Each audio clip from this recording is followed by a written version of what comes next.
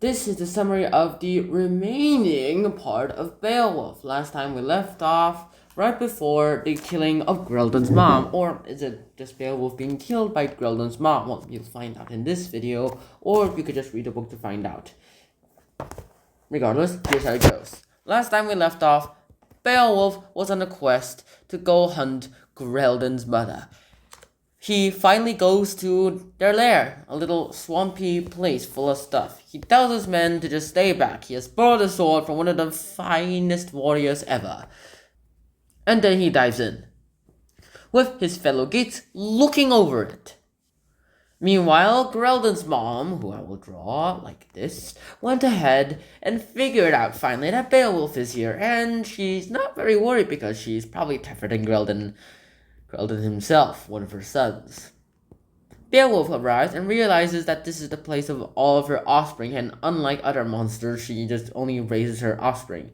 So he grabs the mighty sword and tries to cut her head. But it turns out it's also invincible, so he was doomed. And then Beowulf looked around, and then he spied an axe made for the giants.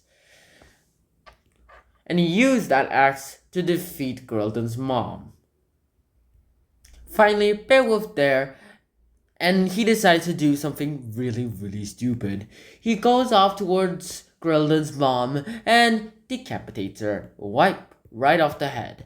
And then he sees a corpse of the now dead Grelden, and he's all like, nah, I don't want to see this guy ever again, and so just banishes him.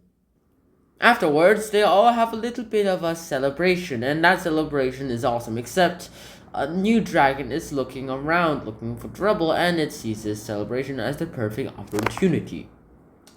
Regardless, this revenge failed, and the celebration and the coronation between these people were nice. And finally, dragons started existing. People started claiming that dragons were existing on their hands and that they just needed regular owl food or something. But this one is special because they're not trying to fake it. It's the real Benjamin Franklin Beowulf cover. Afterwards, Beowulf himself goes back to the surface, and meanwhile, while he was underground, his men saw deep shades of red blood all over the mud and swamps, thinking that it is their hero missing. Some of them actually left, while the others stayed and watched and observed. Later, after that triumph, he went ahead and did something unexpected. Go back to his home. He said bye-bye to the Danish king, and the Danish king is all like, come back soon, but he knows that Beowulf will never come back soon. Beowulf arrived and went to bow down to his king and queen, and later on, they were dead, so he became king and queen. What a rocky career, to be honest. Eventually, Beowulf was able to get some sort of low-ranking official to do his stuff for him while he had fair time and spree time to go ahead and do whatever he wanted, whether it was writing poetry or other things. And then, finally, Beowulf himself confronts his final demons. Well, he is now a king, and he has been ruling for 50 years when these last events I'm telling you about Beowulf occurred. Beowulf occurred some 50 years before the ending of the novel, and it certainly was, during that era, 3 centuries ago, inside Beowulf. The dragon only shows up when its treasure seems to be, let's just call it moved or uncertain where it is. Then it would have some reception. After that reception, it would go ahead and sway people towards these things. However, one of these places had a treasure place protected by the dragon, and eventually when the box was moved, the dragon woke up and challenged everyone who could, defeat it. So the final battle will be between the dragon and the Buddha. Eventually the Buddha won, but Beowulf lost a pretty big use of his life. He lost the ability to turn into human, and now he was stuck like this until he got more human energy.